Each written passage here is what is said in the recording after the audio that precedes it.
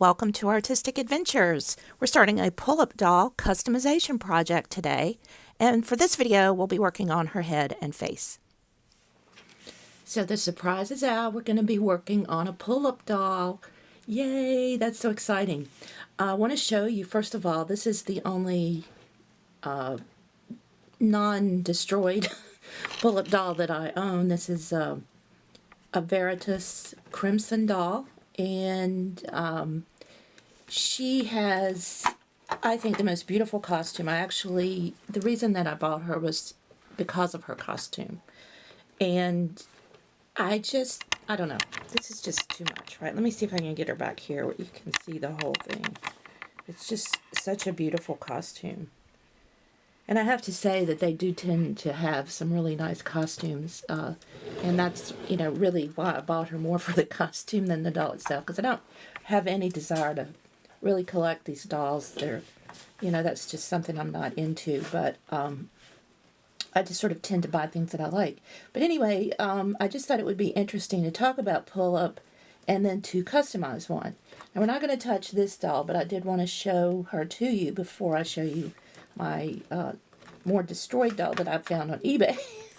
We're going to work on her. But for those of you who are not familiar with pull-up, they are a South Korean doll that the name pull-up means leaf. Yeah. And there's other dolls in this sort of universe or company. And she has a boyfriend named Tai Yang and a sister named Doll, who is a smaller doll. There's some other characters, and they have a history just like any other doll, like Blythe or whatever. But these dolls, right now, they are not, I can't find, like, there's not fake ones on, like, AliExpress, like there are fake, or the factory Blythe dolls. So you're pretty much stuck, if you want to get one of these dolls, to buying a real one, whether that's a brand new one like this or a used one. That's basically where you can find them. Also, there are parts of these that can be customized without doing like a full customization. You can replace the eye chips and the hair and things, and of course costumes and things like that.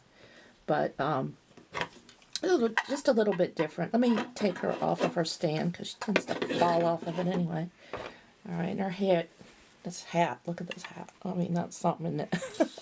So, the newer dolls have two differences from the earlier dolls. Okay, so this is how the mechanism on this doll looks. So if you push this button, it closes one eye, and if you push this button, it closes the other eye. And then if you move this side to side, it moves your eye side to side. So that's the difference from Blythe, where you have the string, that you pull.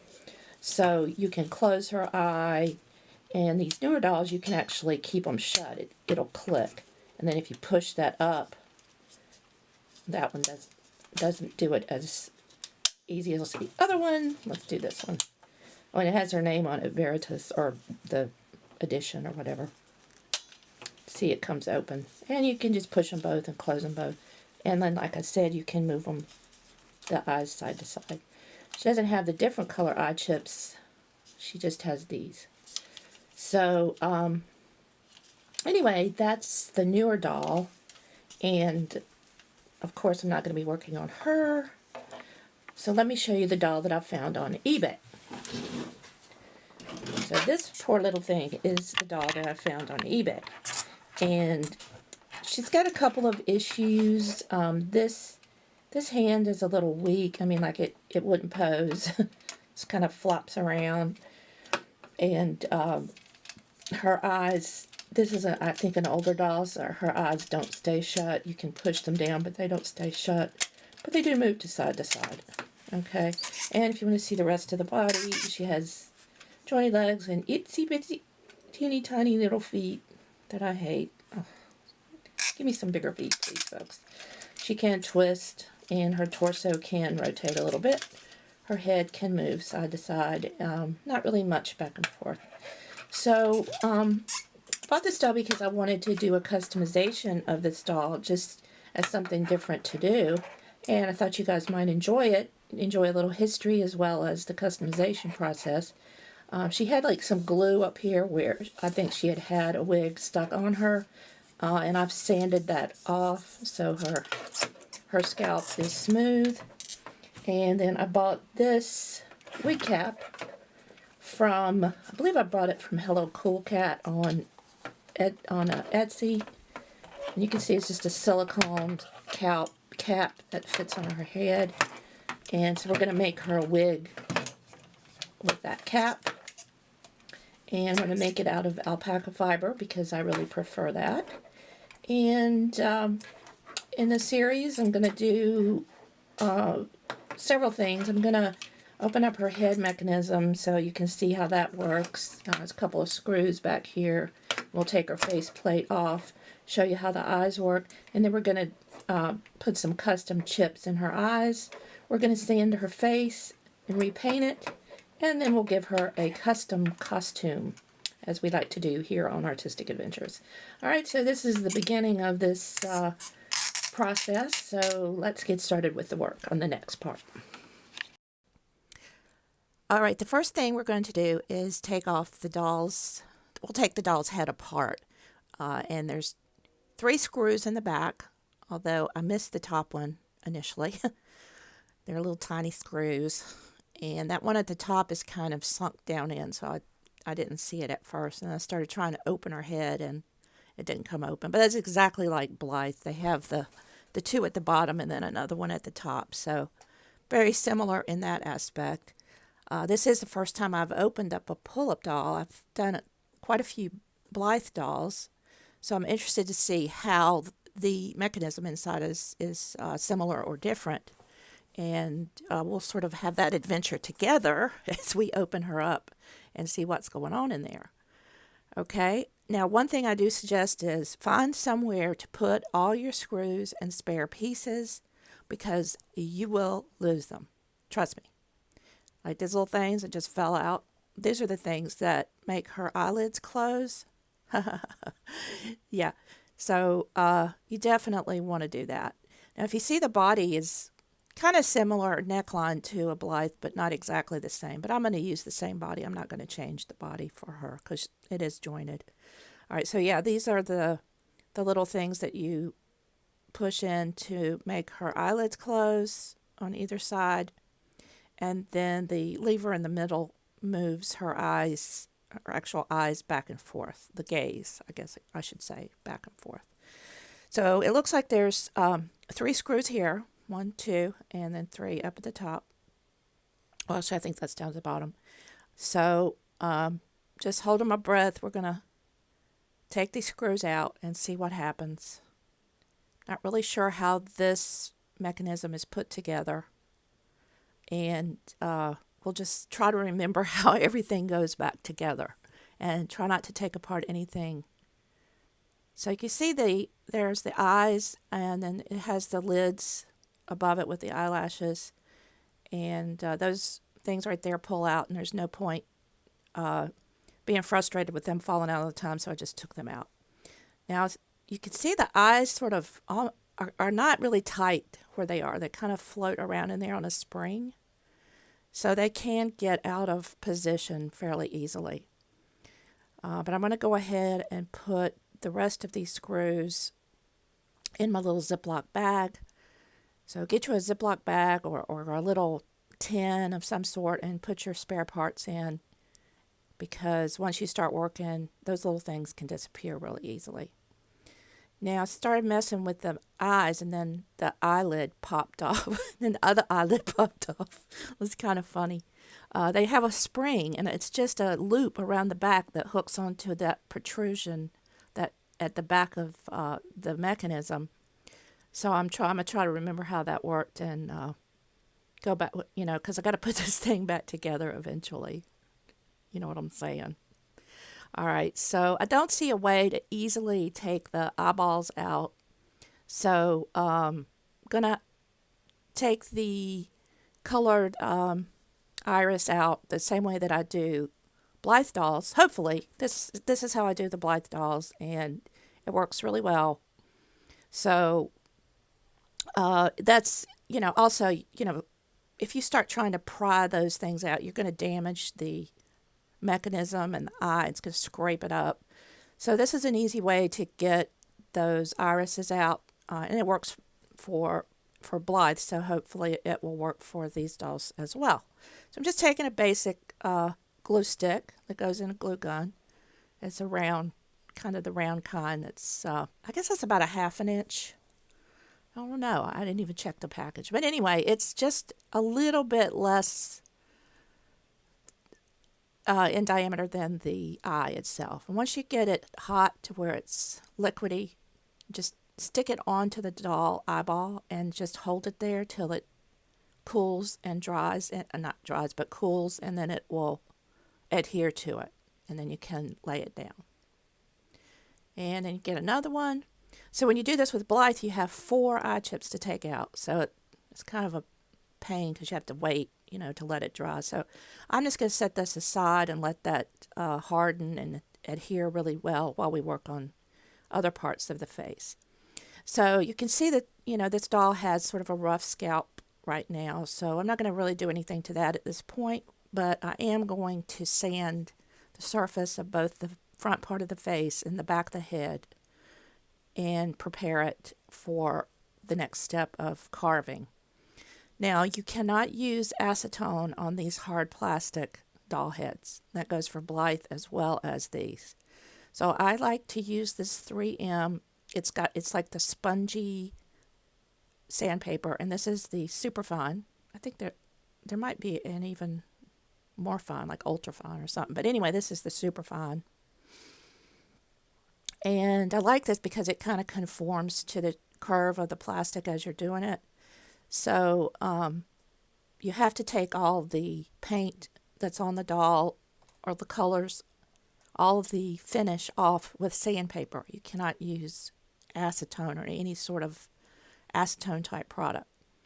All right, so once I got that done, I have this little, it's a nail art kit that I bought on wish.com for like $17, and you get the whole machine. And then I got 3 different types of exacto blades that I like, so I'll keep them on different handles so they're ready to go. These are the ones I found work the best when I'm carving. Yeah, that little, that grindy tool is, it came with all those attachments too. So what you have to work with here is basically the nose. Around the nose, you want to do the fulcrum, which is that space right above the cupid's bow. We can make the mouth a little bit bigger. We can indent the chin a little bit.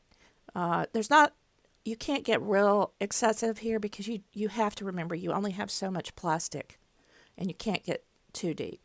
So I'm starting with grinding around the nose, and I just use a round head on this. This is not going around and around, it's vibrating. So just to let you know, it's a little different. It's not a rotary tool, it's a vibrating tool.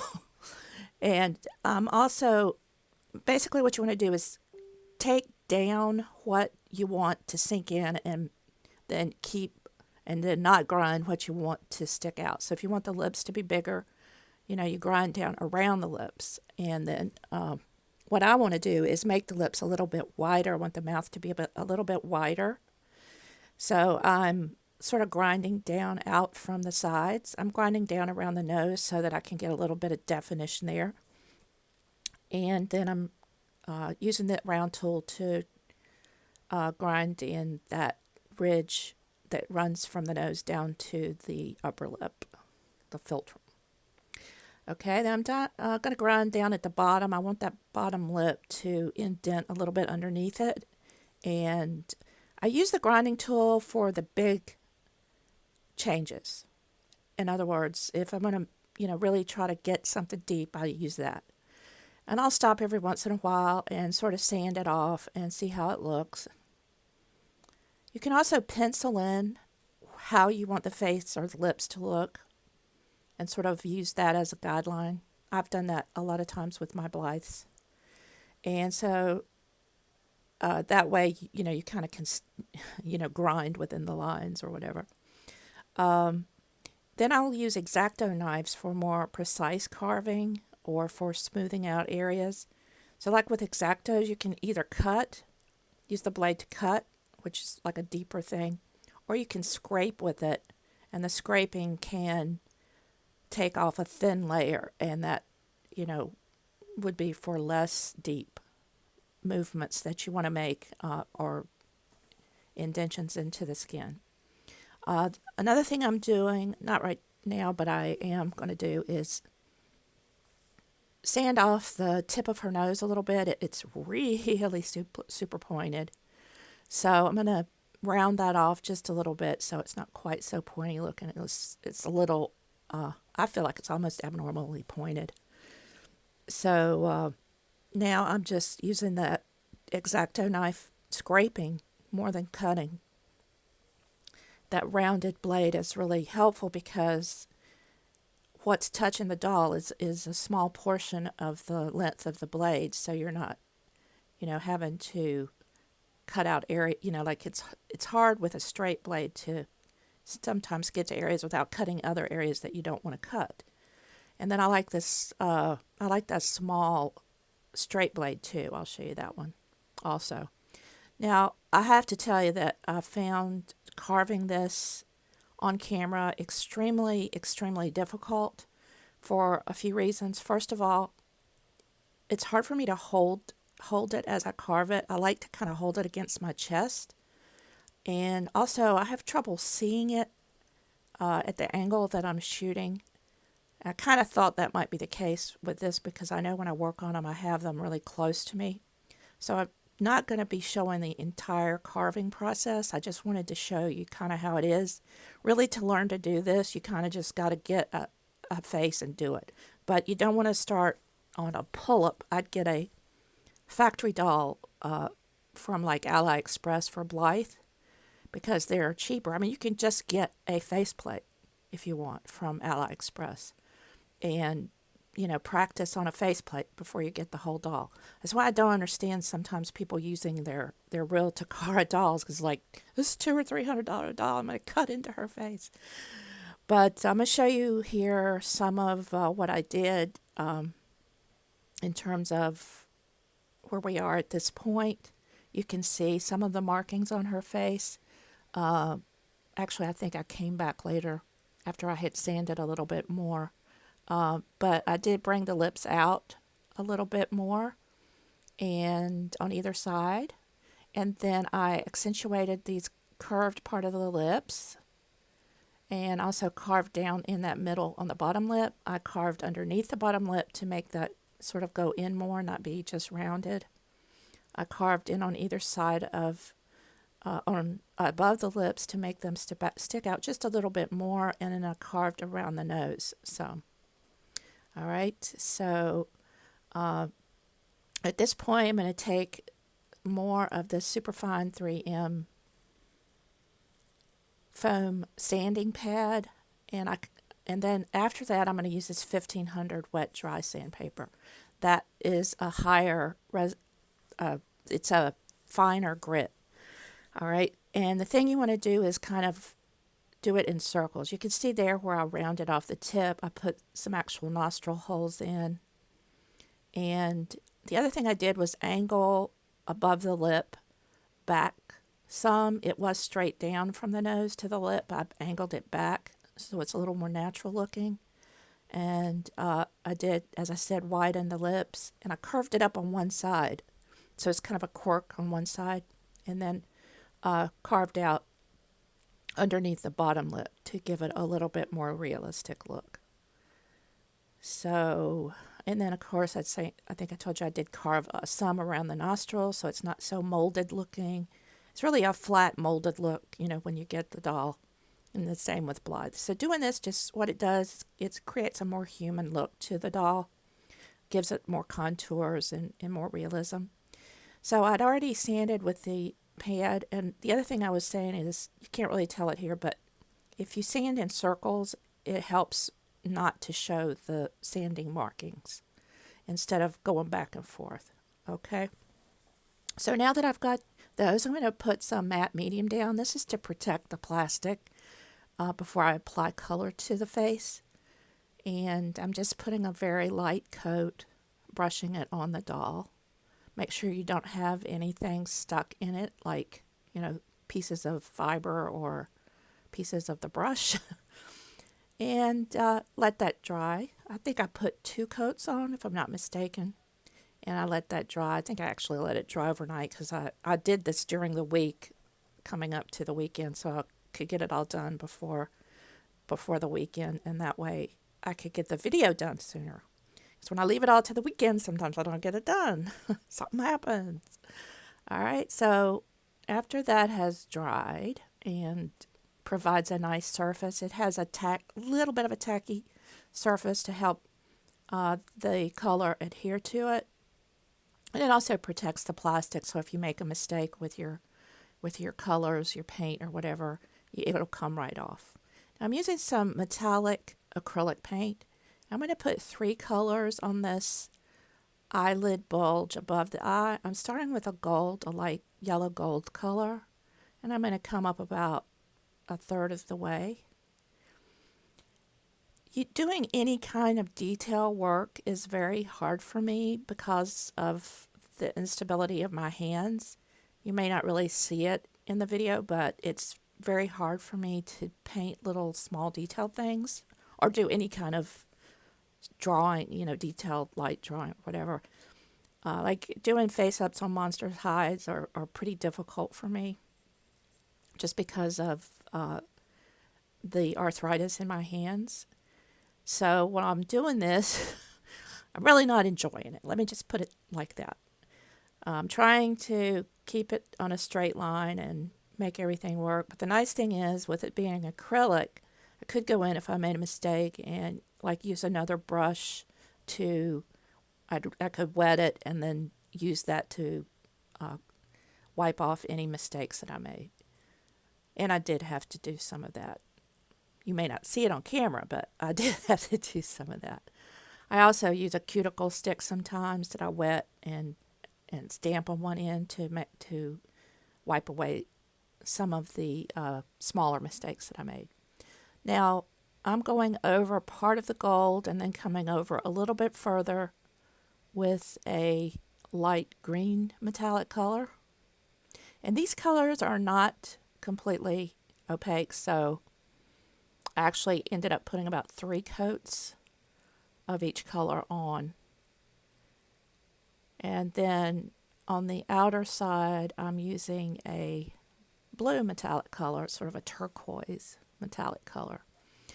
I've decided that I'm going to make this doll into a fairy, and the reason I want to do that is I want it to be a little bit more colorful than trying to make her realistic. So I think we could make a really, really pretty doll with some nice colors. And my favorite colors are always the jewel tones, the greens, the blues, the purples, crimson, red. So those are some of the things I'm going to be working with on this doll. I'm going to make her a little bit more of a fantasy doll than a realistic doll. Keeping in mind, too, that there is a certain style to the way the pull-up dolls are drawn based on their, I think, on their Korean origin. They have a sort of almond-shaped eye. It's not the round eye that you have on the Blythe doll, which was actually, originally created to be sold in the United States and then became famous, more famous with the second coming in Japan. So now I'm using pastels, chalk pastels, and I'm starting with a soft pink. And then I go into the crease with a darker pink a little bit later on. After I get the lips the basic color that I want, I did use some watercolor pencils to do some more definition and make some lines on the lips. But this is they make a nice soft coloring. But I'm using that to darken the corners there, and like I said, I did use them to make some lines. I use that little pointy tool all the time. I think I've told you that I love this tool. I use it for just about everything. It's really a handy tool. And what I'm doing sometimes here, if you see me using a brush on the actual face part is where I'm getting rid of some of the pastel powder. If it's loose, I'll wipe it away with a clean dry brush. If not, I can wet a brush and just use a damp brush to get that off. That's a brush I'm using right there. I use that one a lot because it's sort of got a stiff fiber on the end, and that one right there is just a dry brush, and I'm just brushing away some of the stray powder that got on her face because it does adhere to it with that matte medium. And this is a wet brush that I'm just getting rid of whatever was left that I couldn't brush away with the dry brush.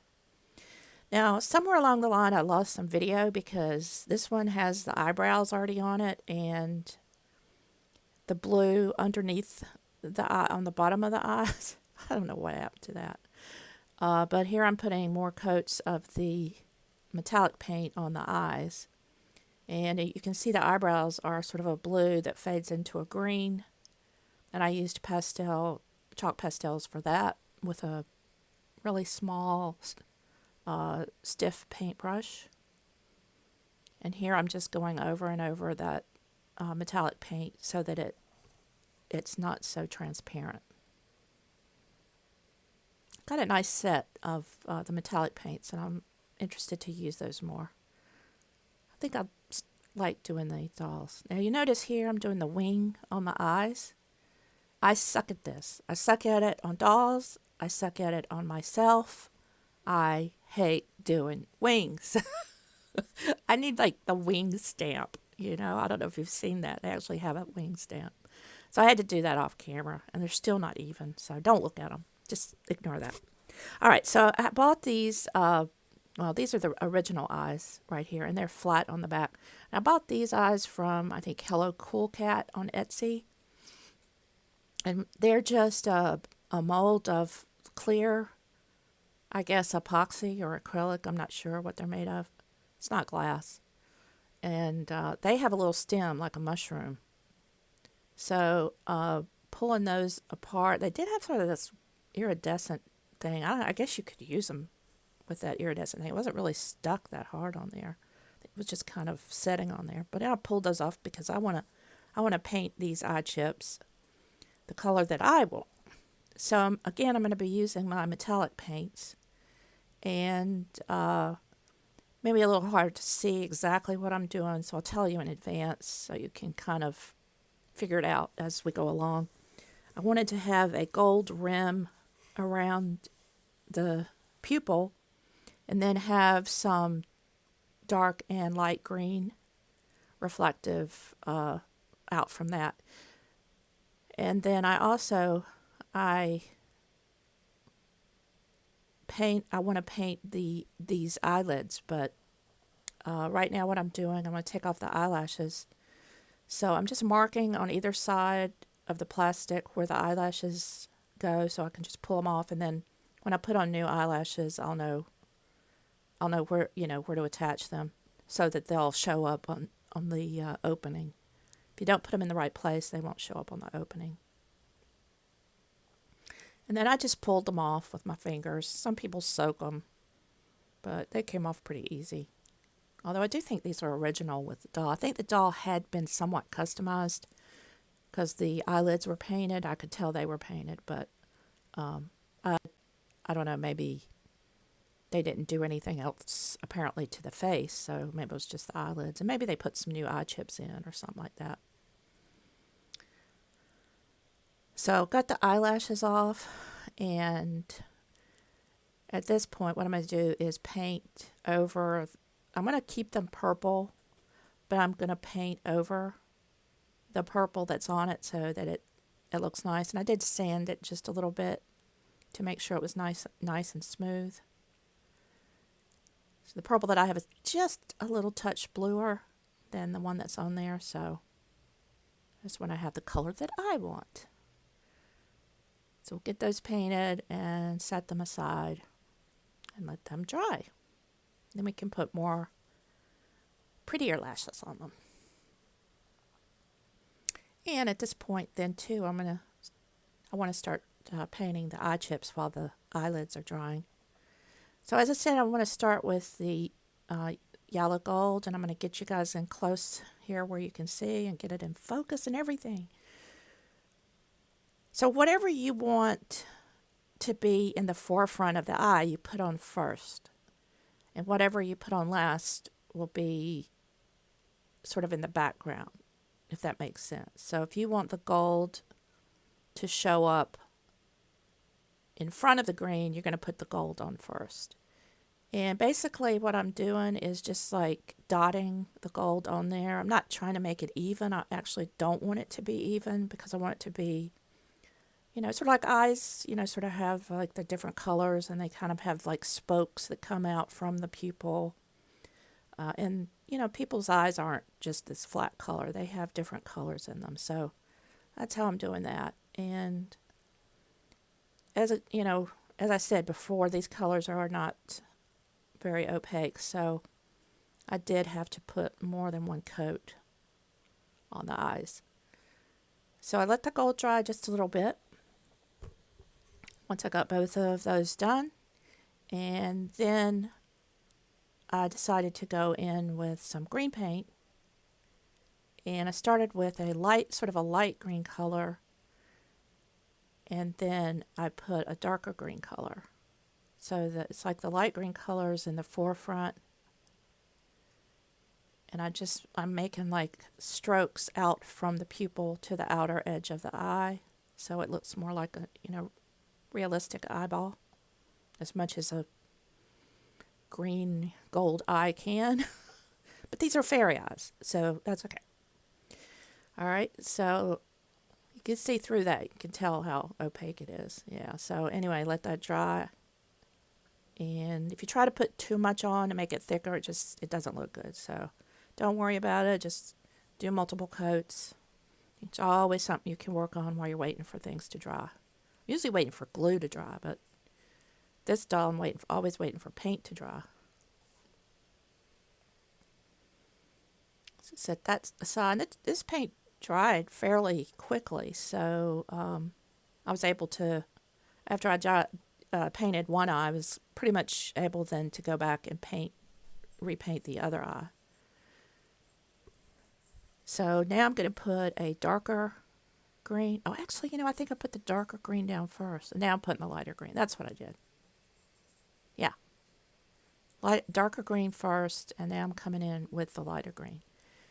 I did that, now I remember, because I wanted to have maybe the lighter green show through where the darker green didn't completely cover the chip, you know, where it was thin.